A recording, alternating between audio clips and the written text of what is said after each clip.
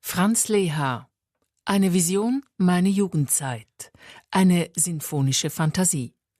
Klaus-Peter Seibel dirigierte die NDR Radiophilharmonie Hannover.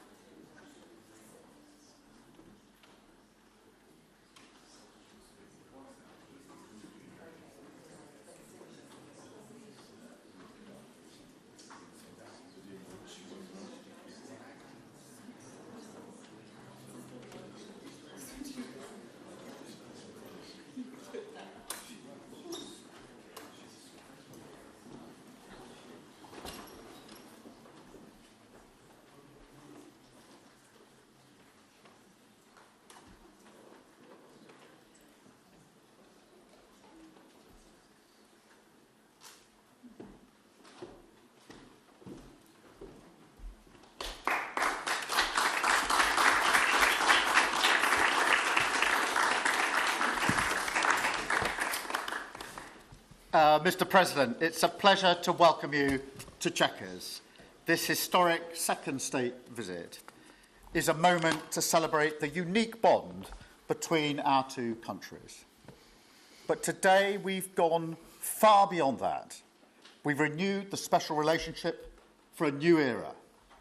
The United Kingdom and the United States stand together today as first partners on defence, first partners in trade, with the groundbreaking deal we struck in May, and now with the new agreement that we've just signed this afternoon. We're confirming our status as the first partners in science and technology, ready to define this century together, just as we did the last. This tech partnership has the power to change lives. It's our chance to ensure that technologies like AI, quantum, and others amplify human potential, solve problems, cure diseases, make us richer and freer, strengthen the cause of democracy, not tyranny. This is the territory on which the future will be won. So this partnership today is a signal of our determination to win this race together and to ensure it brings real benefits in jobs, in growth, in lower bills, to put more hard-earned cash in people's pockets at the end of each month. That's what we're determined to deliver. And we're bringing businesses with us. We've just come from a fantastic meeting with business leaders where we set out this vision.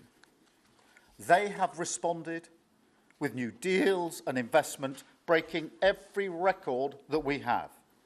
£250 billion flowing both ways across the Atlantic. That is a record. Expected to create 15,000 jobs here in the United Kingdom. High-skilled jobs in cutting-edge sectors where people can build careers for the long term, changing lives in communities up and down our country. And look, while we shape this bond for a new era, the fundamentals have not changed. Security remains the cornerstone of this special relationship. We have the deepest, most advanced defence relationship in the world. Our warriors train together and they fight together. Our industries build together, everything from fast jets to the new AUKUS-class submarines. So now, as we drive up defence spending, we're going to sweep away the barriers to working together on new defence technologies so we can stay ahead of our adversaries. We're united in defence and security. Yes, absolutely. But we're also united in the pursuit of peace.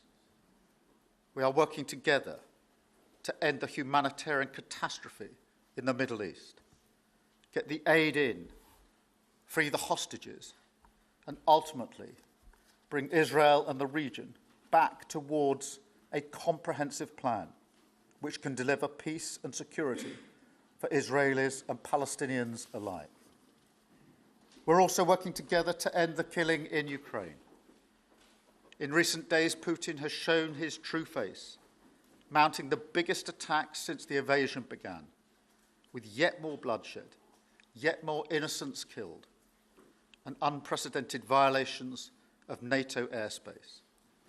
These are not the actions of someone who wants peace. So we've discussed today how we can build our defences further, support Ukraine, and decisively increase the pressure on Putin to get him to agree a peace deal that will last. And President Trump, you have led the way here, and we will continue to stand and work together for security and for peace. Mr. President, next year we'll celebrate the 250th anniversary of the United States. We've come on a long journey together since 1776. But it's no exaggeration to say that the partnership our two nations have built has shaped the world from the beaches of Normandy to the founding of NATO, to the creation of technologies that have revolutionised our lives. Time and time again, it is British and American men and women side by side, changing the path of history and turning it towards our values, towards freedom, democracy, and the rule of law. In Britain, we take huge pride in that. And let's be clear, this relationship is not just about history, it's about the future. It's about the benefits it delivers now and for decades to come, to make our people safer and better off. We've shown today that we're delivering those benefits, improving people's lives. So we will go into that anniversary year more optimistic than ever and more confident than ever about our two great nations and what they can achieve side by side. Thank you. And it is now my pleasure to give the floor to Mr. President. Thank you. Thank you very much, very much. Prime Minister Starmer, Melania and I are tremendously thankful for the wonderful hospitality that you and Lady Starmer have extended today at Chequers. Quite the place, I must say, quite the place. And we're grateful beyond words for the spectacular honor of the state visit yesterday at Windsor Castle, hosted by His Majesty King Charles III and Her Majesty Queen Camilla. These are two fantastic people. We will never forget it. As I said last night, the bond between our countries is like no other anywhere in the world. The United States and the United Kingdom have done more good on this planet than any two nations in human history. That is thanks in large part to the traditions of British liberty, which grew up on these isles, these beautiful, magnificent isles, and were carried by our ancestors to the New World. We're forever joined, and we are forever friends, and we will always be friends. This enduring connection is why I was thrilled that the United Kingdom was the very first country with which we made a historic trade deal, and a very good trade deal. He's a tough negotiator. I think it was a better deal for you than us, but these are minor details. It's a very good deal for both of us. He's a great negotiator. We will extend our unparalleled security alliance into the realm of economic security for the first time, and I look forward to finalizing it very soon. We'll have it done very quickly. We have also just signed a historic technology prosperity deal, one of a kind, to ensure our countries lead the next great technological revolution side by side. In fact, we just left the business leaders, the biggest in the world. Some are in this room right now. And that was quite a meeting we had on business and trade and technology. This trip has galvanized $350 billion in deals across many sectors, and we're committed to ensuring that the UK has a secure and reliable supply of the best AI hardware and software on Earth. And we supply that, and we'll make sure we supply it in quantity to the UK. And we also are joining forces on quantum computing and nuclear power, a natural partnership for close allies. The United States, as you probably have heard, is doing better than it has ever done in terms of business and investment. The stock market has hit a new high, as you know, and that's for many, many days out of our fairly short 8 months. And we seem to be hitting new highs, and I think we're going to do much better even as time goes by. Jobs are at a record, and most importantly, we have more than $17 trillion, $17 trillion, and this is during an 8-month period being invested in the country, which is not only a record, but if you compare $17 trillion to the last year of the Biden administration, they did $250 billion. They didn't do $1 trillion for the 4-year period. We did $17 trillion of investment coming in. A lot of it's because of tariffs, and a lot of it's for a lot of other reasons, but there's never been anything like it. It's an economic superstar. That's what's become. It was mismanaged and badly handled for a long period of time, but it's not badly handled anymore. So that's a record. And remember, that's up until 8 months. We have another few months to go, and that number is going to get significantly higher, especially if we win a certain case that we're waiting to hear. That will be something like the world has never seen. I want to congratulate the United Kingdom on making the vital commitment to spend 5% of GDP on defense at the NATO summit this year. We've worked together very closely in so many ways. I'm very honored to tell you that we've solved 7 wars, wars that were unsolvable, wars that couldn't be negotiated or done. The U.S. has done 7 of them. The one that I thought would be easiest would be because of my relationship with President Putin, but he's let me down. He's really let me down. It was going to be Russia and Ukraine, but we'll see how that turns out. But that turned out to be, I thought it might be among the easiest of the group, but we had settled just about every conflict, and as you know, we're working very hard on Israel and Gaza. All that's happening over there. Complex, but it's going to get done. It'll all get done right. And likewise, Russia and Ukraine will get done. But you never know in war. You know, war is a different thing. Things happen that are very opposite of what you thought. You thought you were going to have an easy time or a hard time, and it turns out to be the reverse. As we saw in the unforgettable parade yesterday at Windsor Castle, what a place it is. The British Armed Forces carry on one of the finest military traditions in the world, one of the greatest marching bands, one of the most magnificent sights I've seen. I know that our service members look forward, and we do look so forward to working even more closely with yours as you push toward that 5% goal. And I think, Mr. Prime Minister, you're just about there. You're going to be there very quickly, along with a lot of other great countries. I want to thank NATO and our wonderful head of NATO, who's really worked very hard, Mark, for the job they've done. As you know, NATO was at 2% GDP, and they didn't pay it. Now they're at 5%, then they pay it. And we appreciate that. And we're sending a lot of weapons to NATO. NATO is paying for those weapons in full. But we're sending them, and we're doing a great job at getting them what they need. And we appreciate the fact that they're taking care of it, because the United States is into that war for $350 billion. And just really very sad. It just got out of control. They didn't know what they were doing. But over the generations, British and American warriors have shed their blood side by side in defense of liberty and freedom. And that's why it's so imperative that the United States and the United Kingdom stand together for these fundamental rights and values of the English-speaking world. And we've always stood together, and we will continue to. Just last week, a great American, Charlie Kirk, was heinously assassinated for speaking his mind. He was a great young man, incredible future. Some people said he might be president someday. I told him, I said, Charlie, I think you have a good shot someday at being president. And he just wanted to take care of youth. He loved youth. I've never seen anybody relate to youth like Charlie, and they related to him, and they're devastated.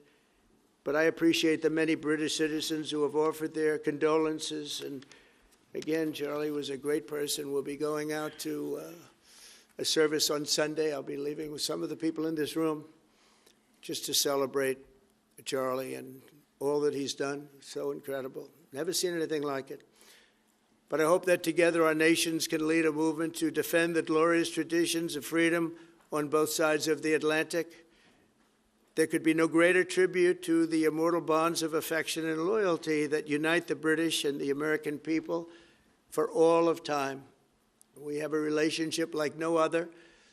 It will always be that way. We will always be united. We'll always be together. And I just want to thank you, Mr. Prime Minister, for the great job I think you're doing. Thank you very much. Thank you.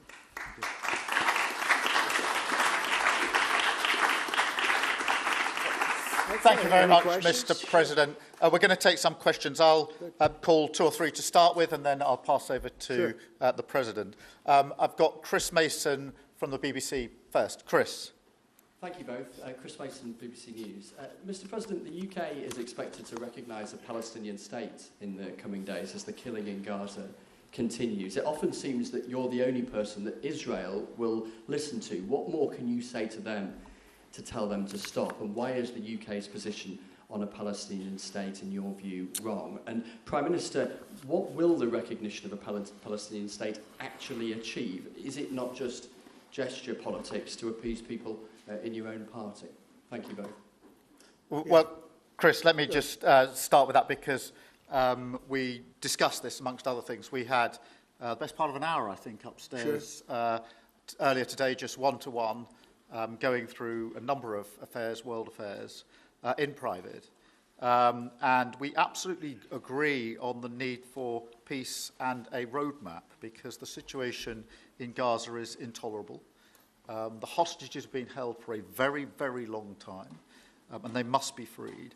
And we need aid to get into Gaza at speed. And so it's within that context of a plan for peace, which we're working hard on, which not only did we discuss this morning, but our two teams have been working together on, that the question of recognition needs to be seen. And so it's part of that overall package which hopefully takes us from the appalling situation we're in now to the outcome of a safe and secure Israel, which we do not have, and a viable Palestinian state. Thank you.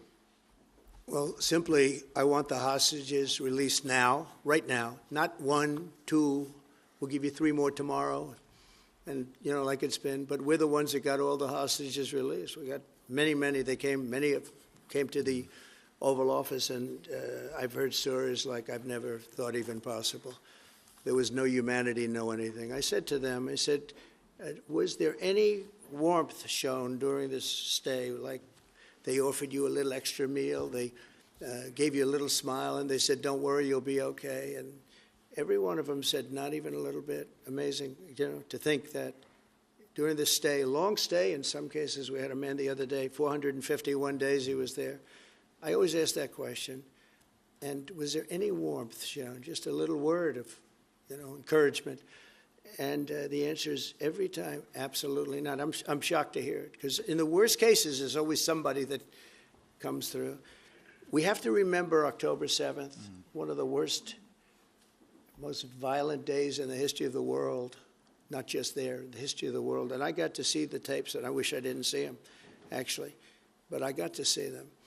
And I want an end. I want the hostages released, and I think it's going to be okay. But it has been a brutal period of time.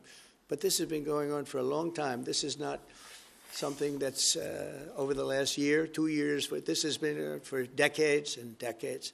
But we want it to end. We have to have the hostages back immediately. That's what the people of Israel want. They want them back. And we want the fighting to stop. And it's going to stop. But a lot of bad things. You know, Hamas said that they're going to put the hostages up as bait. They're going to put the hostages in front of any attack. And that's pretty brutal. We haven't heard that one in a long time. So we have to remember that. So I have a disagreement with the Prime Minister on that score. Okay? One of our few disagreements, actually. Great. Can I take Jack from The Sun? Jack. Thank you both. Jack Elson from The Sun. Mr. President, in the 9 months you've been in office, you've been incredibly successful in all but eliminating crossings on your southern border. Yeah. Meanwhile, illegal migration is at record levels in Britain. The Prime Minister is trying to tackle that.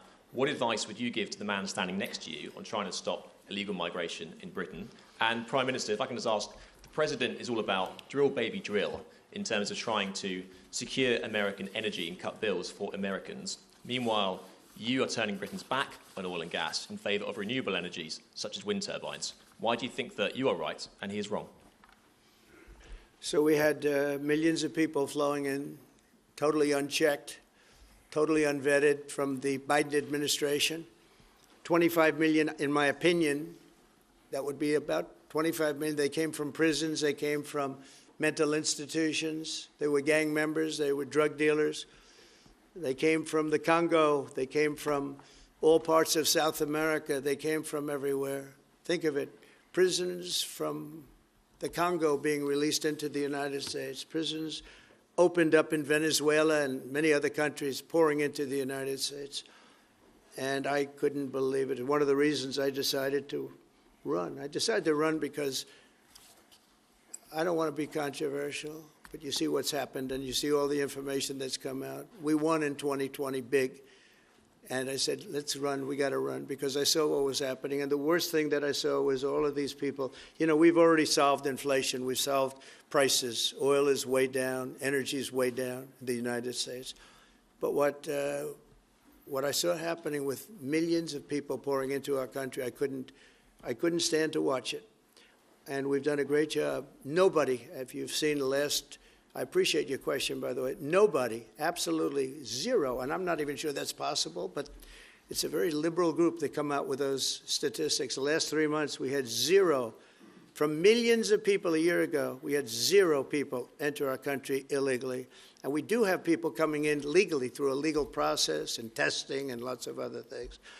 I think it's very important, and we speak about it. And I think your situation is very similar. You know, you have people coming in, and I told the Prime Minister I would stop it, and it doesn't matter if you call out the military, it doesn't matter what means you use, but it's going to destroys countries from within, and we're actually now removing a lot of the people that came into our country. It's a very hard chore. We were given a very, very bad hand. Millions of people came in from prisons and mental institutions. We have to remove them. And we are removing them. We have no choice, and I feel very strongly about it. Thank you very much. Jack, let me just deal with the question of returns, because this is obviously an issue we're taking incredibly seriously. We've struck a number of deals, both on cooperation with other countries, because this is a problem right across Europe, to tackle the problem of actually breaking up the gangs that are running this trade. We have had a record number of returns, over 35,000 now since we came into office. That's the highest number for the best part of 10 years. We struck the returns arrangement with France, and notwithstanding the challenges to that scheme, which you've seen in the last few days, a flight went off at 6:15 this morning, successfully returning someone under that scheme. So that is an important step forward. Obviously, there's no silver bullet here. There's a range of things that need to be done. But given the challenges of returning people, it is important that we're able to prove it can be done. It was done. It was done early this morning. So I can confirm that that flight went. It went successfully. And I'm pleased about that. Now we need to ramp that up at scale, which was always envisaged under the scheme. But it's very important that we have been able to prove that the proof of concept, if you like, that this can be done, and will continue in that way. On the question of energy, firstly, let me be really clear that I am absolutely determined to ensure that the price and cost of energy comes down, so that bills come down both for individuals, for families, with their household bills, but also for business, because this is so important. The mix will include oil and gas for many years to come from the North Sea. We've been clear about that for some time, but we also need to mix that with renewables, and it's the mix that's really important. And the approach I've taken on this is the same approach that I take to many other things, a pragmatic approach. Thank you, Jack. I would like to say that we inherited the worst inflation in the history of our country. We had inflation, the likes of which we've really never seen. They say 48 years, and I'll accept that, but I really don't. We had the worst inflation in the history of our country. And we had an expression that I used a lot, drill, baby, drill. And as you know, we brought fuel way down, the prices way down. And we don't do wind because wind is a disaster. It's a very expensive joke, frankly. And we got our energy prices way down. That brought the inflation way down. And now we have very little inflation. And we have a very, very strong economy. So that was very important. Drill, baby, drill. And you have a great asset here, and we spoke about it. It's called the North Sea. The North Sea oil is phenomenal. And I hope, because I love this country, you know. My mother was born in Scotland, and the Hebrides, Stornoway, that's serious Scotland. We were talking about it. And I want this country to do well. And you have great assets that you're going to start using, I believe, under this Prime Minister. Thank you. And I've got Matthew from The Economist. Matthew. Thank you, Prime Minister. Mr. President, you say that President Putin has let you down. Have negotiations run out of road, and what are your next steps to compel an end to this war? Well, he has let me down. I mean, he's killing many people, and he's losing more people than he's killing. I mean, frankly, the Russian soldiers are being killed at a higher rate than the Ukrainian soldiers. But, yeah, he said, let me down. I don't like to see. It's death. You know, it doesn't affect the United States. We have, other than unless you end up in a world war over this thing, you could. This was a thing that would have never happened had I been president. If I were president, it would have never happened. And it didn't happen for 4 years. Most people agree it didn't happen, nor was it close to happening. And I spoke to President Putin about Ukraine. It was the apple of his eye. I've said that many times. It was. But he would have never done what he did, except that he didn't respect the leadership of the United States. They just went through the Afghanistan total disaster for no reason whatsoever. We're going to leave Afghanistan, but we're going to leave it with strength and dignity. And we're going to keep Bagram, the big air base, one of the biggest air bases in the world. We gave it to them for nothing. We're trying to get it back, by the way. Okay, that could be a little breaking news. We're trying to get it back because they need things from us. We want that base back. But one of the reasons we want the base is, as you know, it's an hour away from where China makes its nuclear weapons. So a lot of things are happening, but I am very disappointed in the fact that that one's not settled. To think that we settled Azerbaijan and Albania, as an example, it was going on for years. It was never going to be settled. If you remember, the prime minister and the presidents, they were there for many years. They said, when they were in my office, we settled. And they started off at both sides of the Oval Office, so far away. I didn't know you could be so far away. And as we were together for an hour, they kept getting closer, closer. And by the time we finished, we all hugged each other. And one said, I've been in this position for 22 years, and all I've done is kill their people. The other was there for 7 years, and all he did was kill their people. And we got it settled. And we did others, as you know.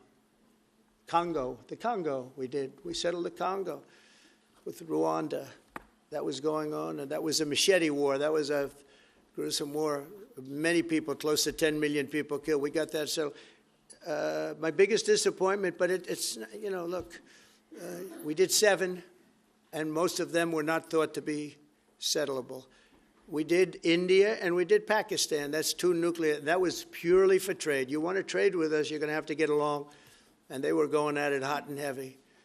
But the Russia situation, I hope we're going to have some good news for you coming up. But again, It doesn't affect the United States. And it doesn't so much affect you. Of course, you are a lot closer to the scene than we are. We have a whole ocean separating us. But I will say this, it's millions of people have died in that war, millions of souls. And they're not American. They're soldiers, mostly soldiers, as you know. The soldiers are being killed at levels that nobody's seen since the Second World War. But they're being killed, and I feel I have an obligation to get it settled for that reason. Thank you. And just to add on that question, because we have to put extra pressure on Putin. And it's only when the president has put pressure on Putin that he's actually shown any inclination to move. So we have to ramp that pressure up. I think it's important to have this conversation in the context of what's happened in recent weeks.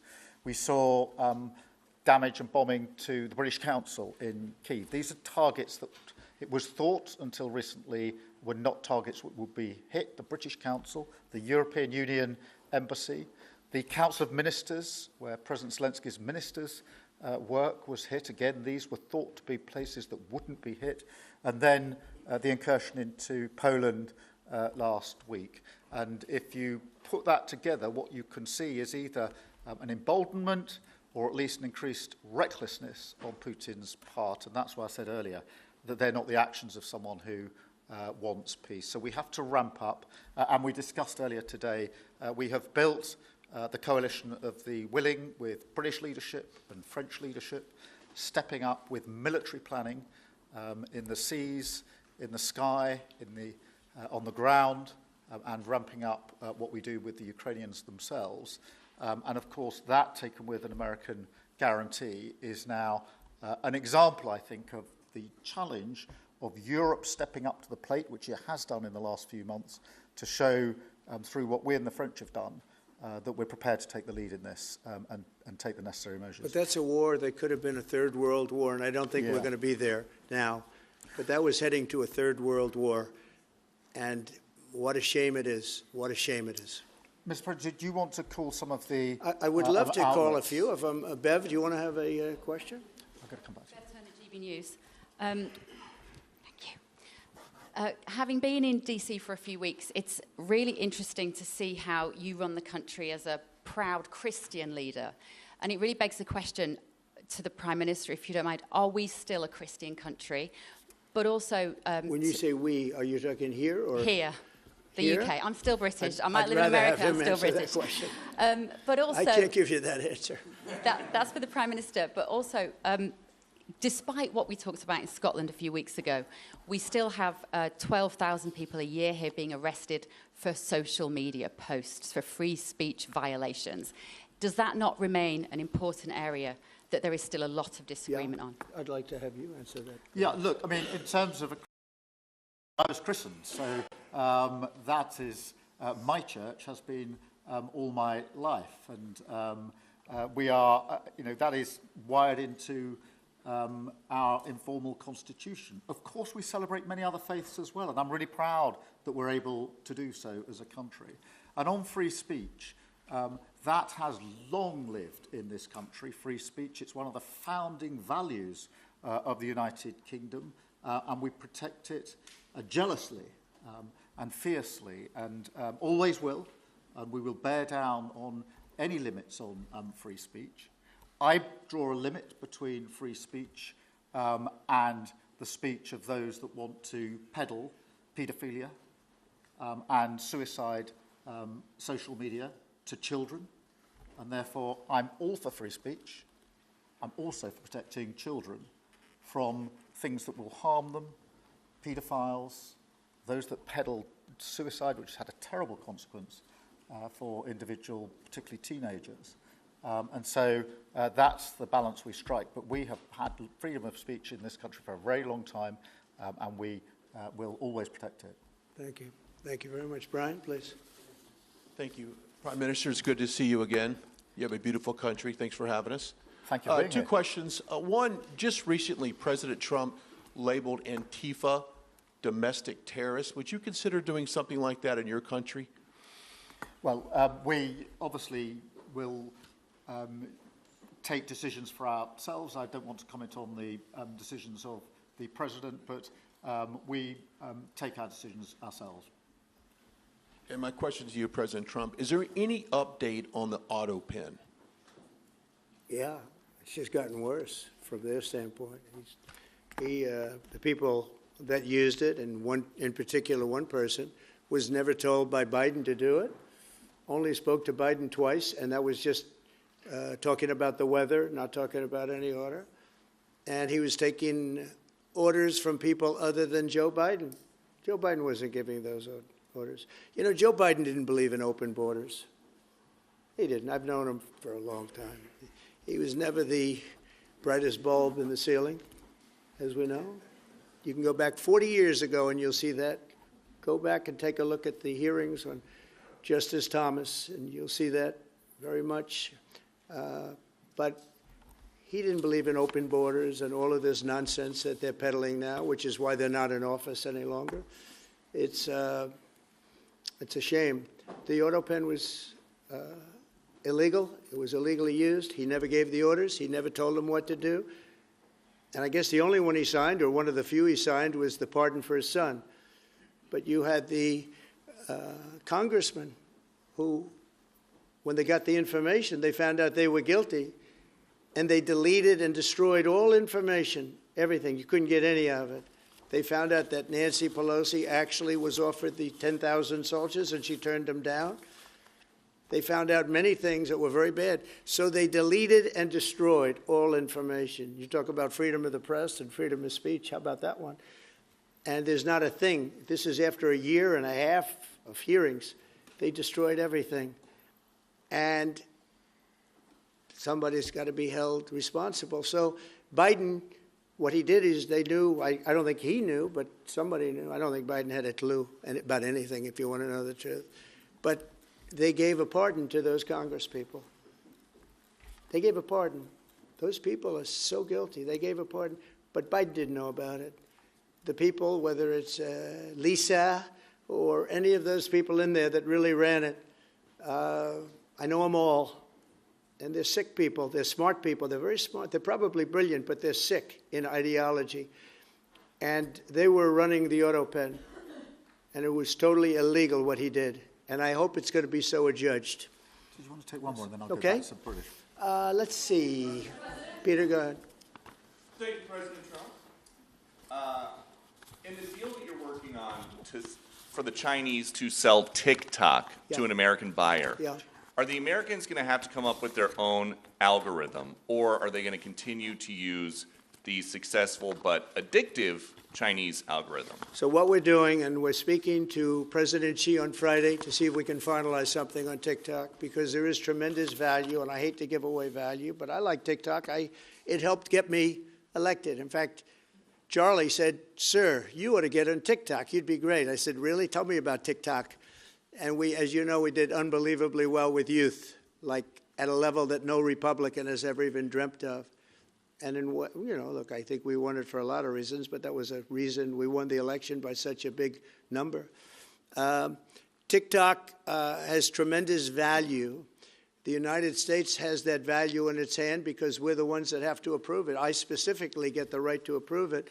The people that are investing it are among the greatest investors in the world, the biggest, the richest, and they'll do a great job.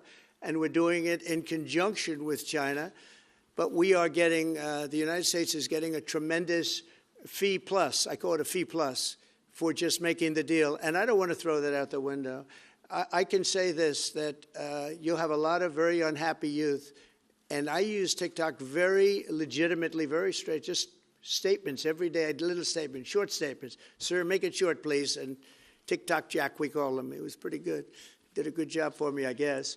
But no, I'd rather reap the benefits. I mean, the kind of money we're talking about is very substantial.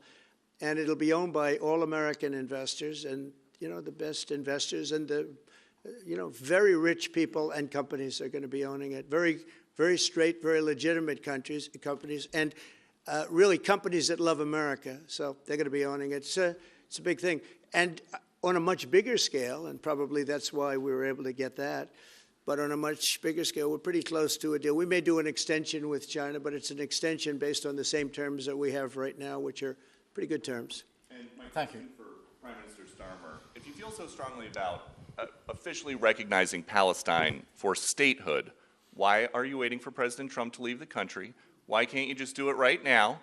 And isn't there a risk in rewarding Hamas with that? Well, let me be really clear about Hamas. They're a terrorist organisation who can have no part in any future governance in Palestine. And what happened on October the 7th was the worst attack since the Holocaust. We have extended family in Israel. I understand firsthand the psychological impact that had across Israel. So I know exactly where I stand in relation to Hamas. Hamas, of course, don't want a two-state solution. They don't want peace. They don't want a ceasefire. So I'm very clear where I stand on Hamas. Okay. On the question of recognition, I made my position clear at the end of July as to the timing, which has got nothing to do with this state visit, and I've discussed it with the President, as you would expect amongst two leaders who respect each other and like each other and want to bring about a better solution in the best way that we can. Thank you so much. Can I go back then to Robert at ITV? Robert Person, ITV. Mr. President, you uniquely, you alone in the whole world, have the power to persuade Prime Minister Netanyahu to stop the demolition of Gaza City, to stop the starvation of Palestine, and to stop the killing of civilians. If not now, when will you exercise that power to tell him to stop? Sure. And then for both of you... But you do understand about October 7th. You do understand. So believe me, I understand. One of the worst days in the history of humanity. What happened, I have seen the tapes. Babies that are 4 months old and just chopped up to pieces. And you've seen the tapes, and I've seen the tapes. You're a professional, and so am I. And people forget about October 7th. I can't forget about it. So I want it to end, but I want the hostages back. I don't want the hostages used as human shields, which is what Hamas is threatening to do. But as soon as they're back, that's the moment you will tell Netanyahu Well, to stop. it would certainly help, but I have to have the hostages back. And I don't want them back piecemeal, as I said before. I want them back. And on a separate issue, free speech, your Vice President Vance said that free speech is under attack in the UK. Do you agree with him? And Prime Minister, we saw the dismissal of a very well-known chat show host in America last night, Mr. Kimmel.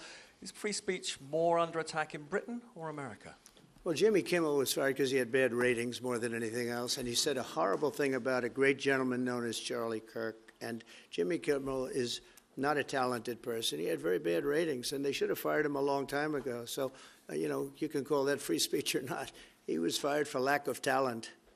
Yeah, please, go ahead. Yeah, I mean, firstly, on the question of Charlie Kirk, can I just express how shocking that is, I think, to everybody who believes in free speech and in democracy.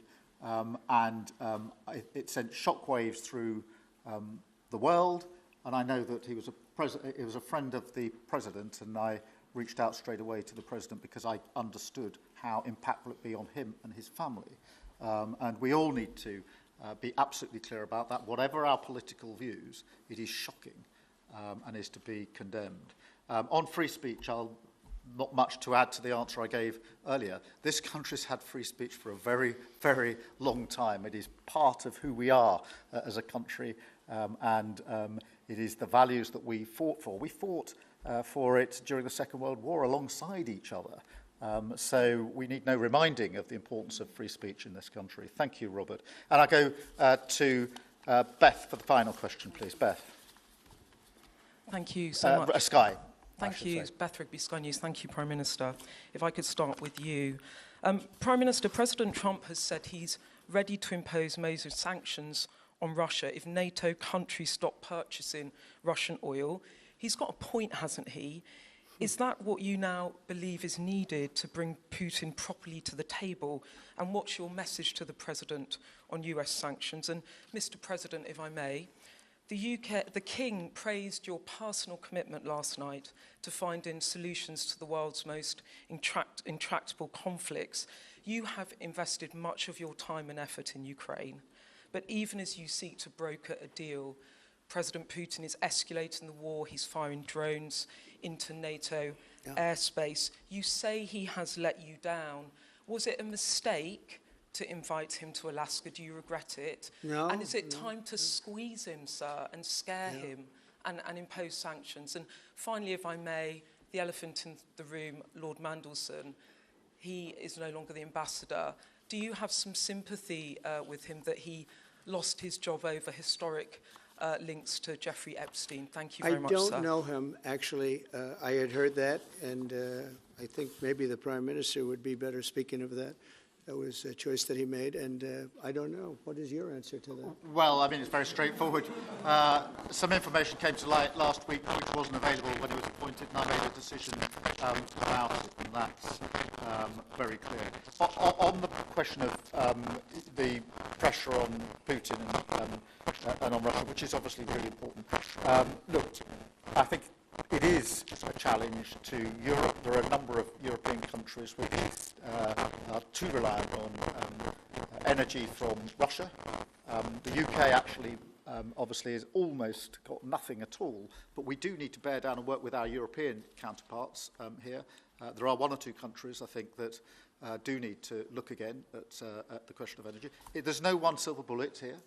We do have to have a wider suite of sanctions, which we've put in place a number of times, working across Europe and with the United States. And, of course, we must, and we are, making sure that Ukraine is in the strongest position now, because one of my long concerns here has been that whilst we talk about a ceasefire, and we all want a ceasefire, and we talk about what might happen after a ceasefire, we mustn't forget that Ukraine needs our support now. And we've said we stand with Ukraine from the start to the finish, and that means we must continue to supply them with what they need in order to fight this war, which, of course, resulted from and is a result of Russian aggression. We have particularly done the sort of leadership role in the coalition of the willing, so that if there is a ceasefire and if there is a deal, and I do hope there is, that is then lasting and not then broken, because given previous history, I don't trust Putin. Thank you. Very simply, if the price of oil comes down, Putin's going to drop out. He's going to have no choice. He's going to drop out of that war. And when I found out that the European nations were buying oil from Russia, and as you know, I'm very close to India. I'm very close to the Prime Minister of India. I spoke to him the other day, wished him a happy birthday. We have a very good relationship. He put out a beautiful statement, too. We have, but I said, you know, I sanctioned them. China is paying a very large tariff right now to the United States. But I'm willing to do other things, but not when the people that I'm fighting for are buying oil from Russia. If the oil price comes down, very simply, Russia will settle. And the oil price is way down. You know, we got it way down. We're drilling and we produce more oil than anybody else in the world. We're doing a lot. But I was disappointed to see that. And the Prime Minister was disappointed to see that. And it wasn't him. It was other countries. And you can't do that. You can't do that. You can't. That's not playing fair with the United States. And we can't have that. Thank you. Thank you very much indeed. Thank you. Thank you. Thank you. Thank you. Thank you.